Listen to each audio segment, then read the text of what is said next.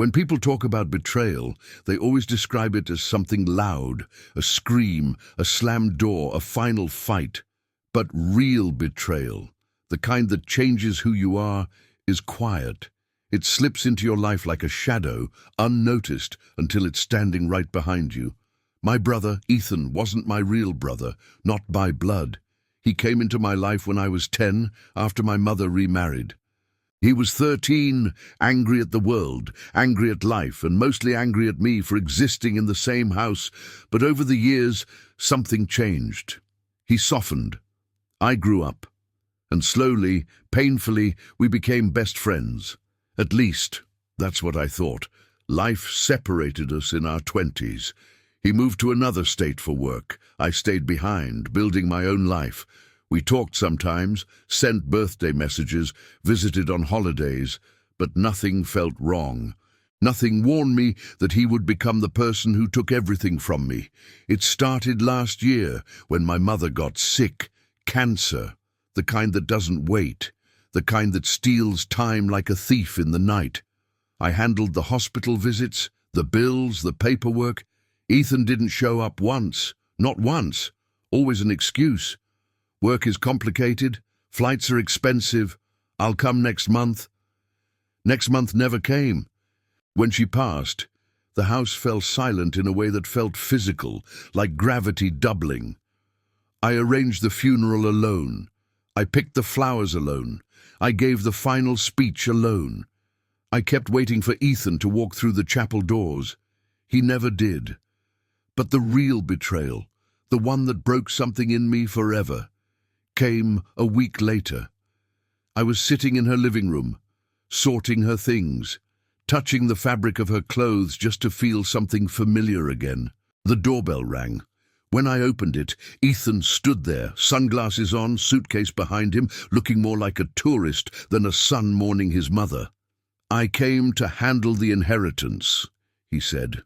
No hug, no apology, no grief, just those words. I let him in, still trying to believe he cared in some twisted way, but then he walked straight to her bedroom, opened her drawer, and took the envelope with the house deed. "It's mine," he said. "Mom wanted it that way." I laughed, a quiet, confused laugh, because it sounded like a bad joke, but he didn't laugh back. He showed me a document, a signature, a date, 1 month before she passed. I felt my chest tighten. My mother hadn't held a pen in weeks at that point. Her hands shook too much. Her mind drifted in and out of clarity. She couldn't have signed anything. He saw the doubt in my eyes. "Don't start," he said. "You always had her. I never did. This is what she owed me." I realized then that he hadn't softened over the years. He had simply learned how to hide his bitterness better. I told him I would fight it in court.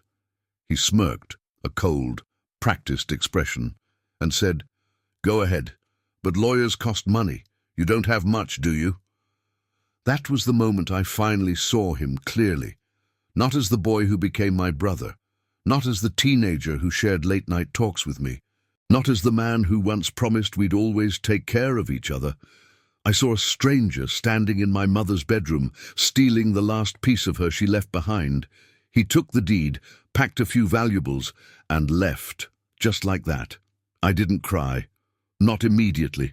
I sat on her bed, staring at the empty drawer, feeling something inside me collapse quietly, like a house losing its foundation. The next day, I hired a lawyer. It took months, painful, expensive, exhausting months, but the truth came out. The signature was forged. The witnesses were fake. The notary had been pressured. My brother had orchestrated everything.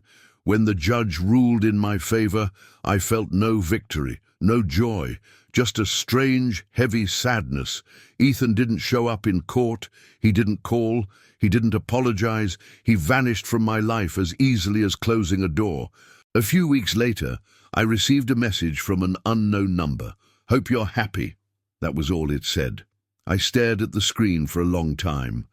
Then, for the first time since everything happened, I finally cried. Not because he tried to steal the house, Not because of the lies, not even because of the forged signature. I cried because I realized the truth. I had spent my whole life loving someone who never really loved me back. And that is a kind of grief no judge can fix. But healing doesn't come all at once. It comes quietly, the same way betrayal does. Slowly, gradually, softening the sharp edges of memory. And in that healing, I learned something important. Family isn't blood. Family isn't who grows up beside you. Family is who chooses you every day, even when life gets ugly. Ethan didn't choose me, but I choose myself now, and that's enough.